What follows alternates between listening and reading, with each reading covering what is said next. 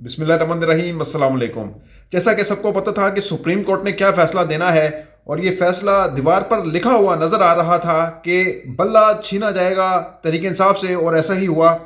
اور اس میں جو اعلیٰ کار بنے وہ کون کون تھے وہ بھی قوم کو پتہ ہے، سب کو پتہ ہے۔ اعلیٰ کار میں جو سب سے سرفہرست جو تھے وہ چیف الیکشن کمشنر سکندر سلطان راجہ، اور اس کے بعد جو موجودہ چیف جسٹس قاضی فائز عیسیٰ ہیں، یہ اعلیٰ کار ہیں۔ اور انہوں نے کیا کیا، میں اب اس میں وہ لفظ یوز نہیں کرنا چاہتا، غیر پارلیمانی لفظ یوز نہیں کرنا چاہتا، میں صرف اتنا کہوں گا کہ ترجمانی بھی بہت مناسب لفظ میں یوز کر رہا ہوں کہ انہوں نے الیکشن کمیشن کی باقاعدہ ترجمانی کی، اور اپنے فیصلے میں یہ لکھا کہ الیکشن کمیشن اس سارے معاملے میں بے قصور نظر آتا ہے۔ اور بے قصور ان کو کیوں نظر آتا ہے؟ کیونکہ جس دن یہ سماعت پٹیشن جو تھی وہ سپریم کورٹ میں گئی تھی، اسی ٹائم 13 جماعتوں کو الیکشن کمیشن نے ڈی لسٹ کیا تھا، جس میں جواد احمد کی پاکستان برابری پارٹی بھی شامل تھی، جس میں ان کو یہ کہا گیا تھا کہ انٹرا پارٹی انہوں نے الیکشن نہیں کرائے تھے، اس وجہ سے ان 13 جماعتوں کو جو ہے ڈی لسٹ کیا جاتا ہے۔ اب ڈی لسٹ کرنے کا پرپس کیا تھا؟ ڈی لسٹ کرنے کا پرپس یہ تھا کہ یہ بتایا جا سکے کہ صرف تحریک انصاف کو زیر تاب نہیں لایا جا رہا، یہ ساری جماعتوں کو بھی میرٹ کی بیس پر ڈی لسٹ کیا گیا ہے۔ بیسیکلی یہ بنیاد بنائی، اور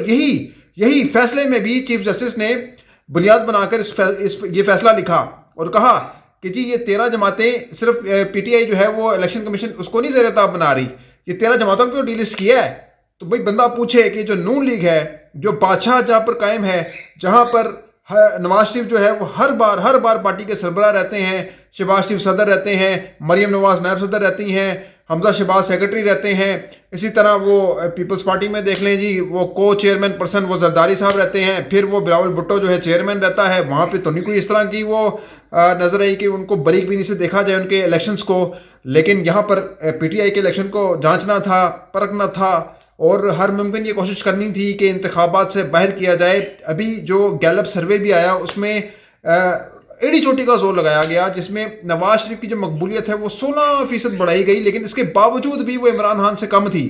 تو کہنے کا مقصد اتنا تھا کہ اگر الیکشن میں بلہ رہتا تو لوگوں نے یہ نہیں دیکھنا تھا کہ عمران خان جیل میں ہے یا نہیں ہے، کون کینڈیڈیٹ کھڑا ہے، وہاں پہ کھمبا بھی کھڑا ہوتا، دیوار بھی کھڑی ہوتی تو وہ ووٹ پڑنا تھا۔ لیکن ابھی بھی اگر یہ سمجھ رہے ہیں کہ یہ سب کچھ ختم ہو گیا، تو ان کے نزدیک یہ صرف اس طرح سے ہے جیسا کہ کبوتر خطرہ دیکھ کر پہلے سے ہی وہ آنکھیں موند لیتا ہے نا کہ خطرہ ٹل گیا ہے، یہی والا ان کے ساتھ سین ہوا ہے۔ ابھی الیکشن میں پتہ لگ جائے گا، اول تو مجھے لگتا نہیں ہے کہ اب الیکشن ہوں گے، کیونکہ سینٹ کے اندر تیسری قرارداد بھی چلی گئی ہے، جمع ہو گئی ہے، جس میں یہ کہا گیا ہے کہ الیکشن کو ملتوی کیا جائے۔ میں حیران ہوں اس بات پر کہ ایک جماعت کو آپ نے ہر طرح سے زور لگا کر الیکشن سے باہر کرنے کی کوشش کی ہے، اور باہر کر بھی دیا ہے، اس کے باوجود بھی الیکشن پھر ڈیلے۔ مجھے سمجھ نہیں آتی کہ کس چیز کا خوف ان کو چڑھا ہوا ہے، کس چیز کا خمار ہے، یا کس چیز طاقت کے نشے میں وہ اتنا دھت گئے، کیا کہتے ہیں اس کو، دھت ہو گئے ہیں، جس کی وجہ سے وہ یہ چاہ رہے ہیں کہ عمران خان جو ہے اس کو کھڈے نہ لگا دیا ہے اور ہم جو چاہیں کر سکتے ہیں۔ لیکن اس کے باوجود ان کو ابھی بھی اندر ہی اندر یہ ڈر ہے کہ کہیں عمران خان باہر نہ آ جائے، اور اگر باہر آ گیا تو انہوں نے ستیہ ناش کر کے رکھ دینا ہے۔ اب دیکھیں، اب ہر ایک کو کسی کو جوتا دیا گیا ہے۔ وہ شیر بانو جو ہے شاہ محمود قریشی کی جو صاحبزادی ہیں، ان کو میرے خیال سے وہ چمچ دیا ہے، اور جو شاہ محمود قریشی کے جو بیٹے ہیں ان کو جوتا دے دیا ہے، کسی کو ویل چیئر دے دیا ہے۔ تو مطلب وہ نشان انہوں نے اس طرح کے لوڈ کیے ہیں، اور خاص طور پر وہ جو اسپیسیفک جو امیدوار تھے، جس میں ڈاکٹر یاسمین راشد ہو گئی، جس میں شاہ محمود قریشی صاحب ہو گئے، جس میں علی محمد خان صاحب ہو گئے، تو یہ جو لوگ جتنے بھی ہیں بڑے بڑے، ان کو کیا کیا، ان کو اتنے لوور قسم کے، اتنے تھرڈ کلاس قسم کے نشانات دیے گئے تاکہ لوگوں کو پتہ ہی نہ لگ سکے۔ لیکن ان کی خام خیالی ہے، ابھی بھی اگر وہ منظم انداز میں ہر جو امیدوار ہے وہ اپنی کمپین کر جاتا ہے حلقے کے اندر جا کے، گھر جا کر، یہ کیونکہ محنت اب طلب کام ہے، اب زیادہ اگر وہ ہو گیا تو ممکنہ طور پر پوری امید ہے کہ پی ٹی آئی کے امیدواروں کو ووٹ پڑے گا، اور ان کی جو سازش ہے پی ٹی آئی کو کھٹے نعل لگانے کی، وہ ناکام ہو جائے گی۔ آپ دیکھیے کہ اس وقت صرف ایک جماعت ہے جس کو بھاری اکثریت مل سکتی ہے، اور وہ ہے تحریک انصاف۔ اس کے علاوہ نون لیگ بھی آپ دیکھیں کہ وہ بھی سیٹ ایڈجسٹمنٹ پہ اتر آئی ہے، کبھی استحکام پاکستان پارٹی سے کرتی ہے این اے 117 اور این اے 127، جس میں علیم خان، اور ایک میں اون چودھری جو پی اے رہے ہیں سابق وزیر اعظم عمران خان کے، اور وہ دیکھیں ان کو کتنا ذلیل کرنا ہے عوام نے، وہ سب کے سامنے ہے۔ یہاں پہ این اے 122 جو حلقہ ہے، جو والٹن ڈیفنس موڈ والا، اس کے اندر خواجہ سعد رفیق ہمیشہ سے مد مقابل رہتے ہیں، اور اس کے مقابلے میں پہلے عمران خان اس الیکشن سے لڑے تھے، اس حلقے سے لڑے تھے 2018 میں، لیکن اس بار جو ہے لطیف کھوسہ کو ٹکٹ ملا ہے، اور لطیف کھوسہ جو ہے اس وقت کافی ٹف ٹائم دے سکتے ہیں خواجہ سعد رفیق کو، اور عین ممکن ہے کہ جو عوام میں غیظ و غضب ہے نا وہ ملگے مٹ کر کے رکھ دے گا نون لیگ کو، اور نون لیگ کی شاید لاہور کے اندر جو 13 حلقے ہیں اس میں پوری کی پوری ضمانت ضبط ہو جانی ہے، یہ ایسا لگ رہا ہے۔ کیونکہ دیکھیں اس میں یہ نہیں کہتا کہ اب جو تحریک انصاف ہے اس کو نقصان نہیں پہنچا، وہ نقصان پہنچا ہے، وہ جو انتخابی نشان گیا ہے اس کو نقصان پہنچا ہے، اور اس میں اب یہ پٹیشن دائر ہوگی نظر ثانی کی اپیل کی، لیکن اس میں بھی وہ جو صاحب بیٹھے ہیں، وہ جو چیف جسٹس ہیں، جو اپنے آپ کو مسیحا سمجھتے ہیں، جو اپنے آپ کو کہہ لیں کہ انصاف کا دیوتا سمجھتے ہیں، وہ اپنے جو ساتھی ججز ہیں وہ ان کو لگا دیں گے۔ اب 5 رکنی بینچ بنے گا، اور 5 رکنی بینچ پہ کیا ہوگا، ذرا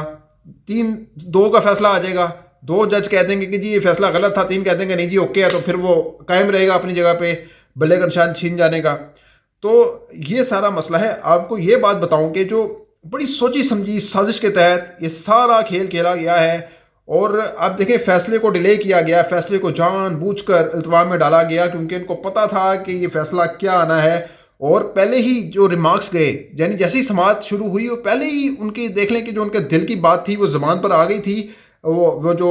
نام ہے چیف جسٹس ہیں ان کے کہ الیکشن کمیشن کے معاملے میں ہم مداخلت نہیں کر سکتے، اس کا مطلب ہے کہ آپ نے پہلے ہی ہاتھ کھڑے کر لیے ہیں، اور اب وہ خانہ پوری کے لیے آپ کیس سن رہے ہیں، اور سب سے بڑھ کر یہ کہ آپ کو اور کوئی کیس نہیں ملا، آپ نے بلے کا کیس سنا پورے 48 گھنٹے میں، جو باقی جو عوام وہاں پہ جو سائلین ہیں وہ جو دھکے کھاتے ہیں وہ کہاں جائیں گے؟ وہ ایک بڑا سوال کہ جی آپ نے اس کیس کو سننا بہت جو ہے نا وہ سمجھا، آپ نے کہا جی میرا ویکنڈ برباد ہو گیا ہے، آپ نے ویکنڈ نہیں، ہم نے پی ٹی آئی کو برباد کر دیا ہے آپ نے اس فیصلے سے، اور تاریخ اس فیصلے کو کس نظر سے دیکھے گی یہ بھی جو ہے وہ پتہ لگ جائے گا۔ اور دوسری بات یہ کہ 2018 کے انتخابات میں کہا گیا جی آر ٹی ایس بٹھایا گیا، یہ پروپیگنڈا کس طرح سے کیا گیا، خود ہم اس الیکشن کی کوریج کر رہے تھے 2018 کے الیکشن سے پہلے۔ آپ کو ایگزامپل دیتا ہوں کہ سپوز جو تحریک انصاف تھی وہ 150 حلقوں میں برتری حاصل کر رہی تھی، تو آر ٹی ایس بیٹھنے کے بعد وہ 30 حلقے کم ہو گئے، 120 تک چلے گئے تھے، کیونکہ جو اس کے کرتا درتا ہیں، جو اس ملک پر 78 سال سے مسلط ہیں، وہ یہ چاہ رہے تھے کہ اگر عمران خان کو اکثریت مل گئی تو یہ کسی کے قابو میں نہیں آئے گا، اور یہی وجہ تھی کہ ایک مانگے تاکہ کی گورنمنٹ بنوائی گئی عمران خان کی زبردستی، وہ آر ٹی ایس بٹھا کر ان کی دھاندلی کروا کر، اور اس کے باوجود یہ تاثر دیا جا رہا ہے کہ آر ٹی ایس بٹھا کر تحریک انصاف کو جتوایا گیا۔ کتنی شرمناک بات ہے یہ بات کرنا، یہ بچوں کو بھی پتا ہے اب، کیونکہ وہ شعور آ چکا ہے، وہ عمران خان نے وہ شعور دیا ہے عوام میں، تو اسی لیے اب میں وہ بندہ بھی دیکھتا ہوں جو بوڑھا جو کٹر نون لیگیا تھا، وہ بھی یہ بات کرنے پر مجبور ہو چکا ہے کہ جو ہو رہا ہے وہ غلط ہو رہا ہے، اور اب ہم کسی صورت بھی جو ہے وہ نواز شریف کو ووٹ نہیں دیں گے، کیونکہ وہ جس طرح سے آ رہے ہیں وہ سب کو پتہ ہے۔ شاید حقان عباسی ہیں جو پہلے سابق وزیر اعظم رہے ہیں، نواز شریف نے ان کو بنایا تھا جب یہ نہل ہوئے تھے، اس کے بعد مفتاح اسماعیل جو وزیر خزانہ بھی رہے، یہ نون لیگ کے دونوں بڑے رہنما تصور کیے جاتے تھے، بلکہ ہیں ابھی بھی، وہ الگ بات ہے منحرف ہیں ابھی، تو ابھی انہوں نے اعلان نہیں کیا کوئی باقاعدہ پارٹی چھوڑنے کا، مفتاح اسماعیل کو غالباً شاید پارٹی سے نکال دیا گیا۔ بہرحال ان دونوں نے کیا کہا، ان دونوں نے کہا کہ جس طرح سے نواز شریف کو لایا جا رہا ہے اس سے اختلاف ہے، اور شاہد حقان عباسی نے اس بات کو بھی ایڈمٹ کیا تھا کہ جس ٹائم وزیر اعظم عمران خان کے خلاف عدم اعتماد کی تحریک لائی جا رہی تھی وہ کس کے کہنے پر لائی جا رہی تھی، اور جس کے کہنے پر لائی جا رہی ہے اس کی مرضی کے بغیر عدم اعتماد کی تحریک کسی بھی صورت کامیاب نہیں ہو سکتی۔ تو اب سوال یہ ہے کہ یہ جو ہوا ہے، یہ جو جوڈیشری کے اندر چیزیں چل رہی ہیں، یہ کہہ رہے تھے کہ جی وہ عدلیہ بکاؤ ہے جب چیف جسٹس عمر عطا بندیال تھے، اور آپ دیکھیں کہ اس کے بعد جسٹس جاز الاحسن جو آنے والے چیف جسٹس تھے، اور جن کے بارے میں یہ نون لیگ یہ کہتی ہے کہ یہ پی ٹی آئی کے جج ہیں، ان کو بھی عہدے سے ہٹا دیا گیا، اور اس کے ایک دن بعد بلے کی کیس کی سماعت سپریم کورٹ میں چلی جاتی ہے۔ اس کے تانے بانے اگر جوڑے نا تو سب کچھ کلیئر ہوتا ہے کہ کتنی گہری سازش رچی گئی تھی، اور بلے کا نشان چھیننے کی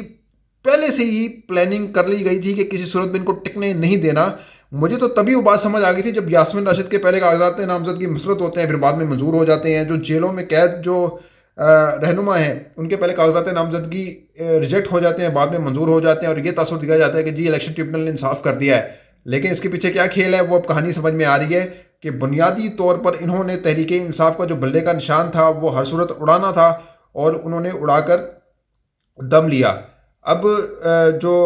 سورسز ہیں، جو ذرائع ہیں، وہ یہ بتا رہے ہیں کہ عمران خان اب بھی جیل میں پورے پرسکون ہو کر بیٹھے ہوئے ہیں، اور وہ ابھی بھی